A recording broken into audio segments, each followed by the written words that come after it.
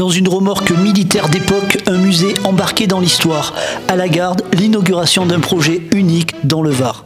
Conçu par l'association Mémoire Bormes 1944, ce musée mobile présente des pièces authentiques collectées sur le terrain depuis 25 ans. Ce que vous allez y trouver dans ce camion, c'est des pièces d'époque, en fait, qui datent de la Seconde Guerre mondiale, que ce soit de l'occupation à la libération du pays.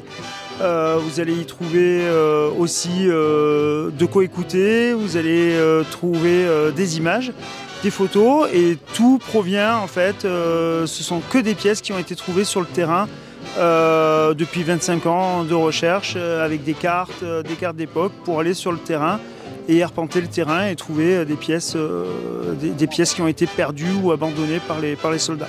Pour nos élèves de 3e, c'est concret, ils comprennent mieux ce qu'ils lisent dans les livres.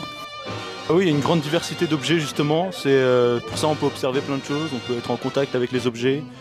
C'est un morceau d'histoire réellement dans ce camion, c'est très intéressant. Alors l'avantage du camion itinérant, et c'est très important pour un établissement scolaire. Nous avons 206 élèves en 3e et si on doit transporter ces 206 élèves à Toulon ou ailleurs, il faut louer plusieurs cars, 4 cars. Et ça demande donc des moyens financiers importants. Pour la planète, c'est pas non plus très bon. Donc on est un collège E3D. Là, c'est le camion qui se déplace, le bus itinérant se déplace.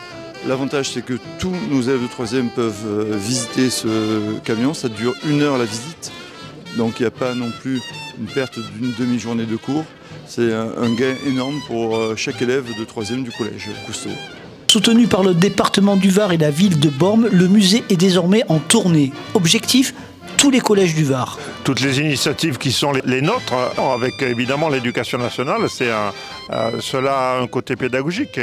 Et nous, on souhaite que les jeunes gens qui ont 14 ans, 15 ans pour certains, découvrent ce qui s'est passé en 1944, découvrent la résistance, découvrent le débarquement en Provence, découvrent l'action de l'armée française, se rendent compte que l'armée française, si elle a été humiliée en 40, elle a participé aux côtés des Alliés à la victoire de 44 et 45, je crois que c'est ça, et chacun doit le savoir. En plus, dans cette armée, il y avait certes des Français d'origine, mais il y avait des pieds noirs, il y avait des tirailleurs algériens, des tabors marocains, des tirailleurs sénégalais, enfin c'était une véritable armée de la liberté dans laquelle chacun peut se retrouver.